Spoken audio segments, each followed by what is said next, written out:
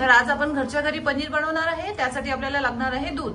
तर हे पातेलं आहे आणि यामध्ये जवळपास 1.5 लिटर एवढं दूध घेतलेलं आहे आणि आपल्याला आता ते दूध फाडायचं आहे. त्यासाठी आपल्याला लागणार आहे लिंबू. लिंबूचा रस काढून घ्यायचा एका साईडला.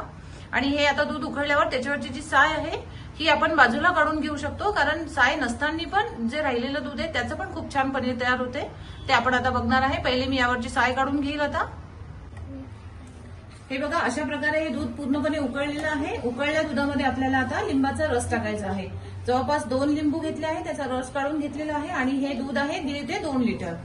ठीक आहे, तर असं हळूहळू टाकायचं आणि कंटिन्युअस आपल्याला हलवायचं आहे. खाली फ्लेम चालूच ठेवायची आहे. हे बघा, थोडं फुटायला सुरुवात झालेली आहे त्याची. हे बघा, दूध फुटायला सुरुवात झालेली आहे.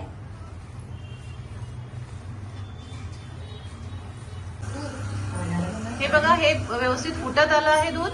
पाणी पाणी वर येत आहे आणि जी मलाई आहे ती खाली बसते आहे. तर आता हे आपल्याला गाळून घ्यायचं आहे. अशी चाळणी घ्यायची आहे, त्यामध्ये पूर्ण ते निथळून घ्यायचं आहे. अशा प्रकारे बघा किती छान मलाई आलेली आहे. पाणी पाणी काढून घ्यायचं आपल्याला. आणि आता यानंतर हे जे चाळणीतलं आहे झालेलं तयार पनीर, तर हे आपल्याला प्रेस करून घ्यायचं एका कपड्यामध्ये टाकून. पहिले ते चाळणीमध्ये घेऊन त्याचं पाणी काढून घेऊया आपण.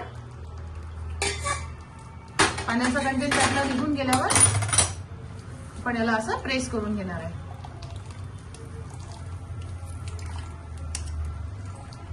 जेवढं शक्य होईल तेवढं चाळणीत प्रेस करायचं आहे आणि नंतर आपण कपड्याचा उपयोग करणार आहे. हे सगळं झाल्यावर यावर थोडं साधं पाणी टाकायचं आहे, जेणेकरून जो वास असेल तो निघून जाईल आणि त्याला पुन्हा प्रेस करून घ्यायचं आहे. अशा प्रकारे व्यवस्थित त्याला प्रेस. तर हे बघा, आपण याला एका कपड्यावर काढून घेतलेलं आहे आणि आता आपल्याला हे अशा प्रकारे आपल्याला याला असं व्यवस्थित प्रेस करून याचं पाणी काढून घ्यायचं आहे. अशा प्रकारे जेवढं त्याचं व्यवस्थित पाणी निघेल तेवढं छानपैकी पनीर हे तयार होईल. असं पाणी काढून घ्यायचं आहे.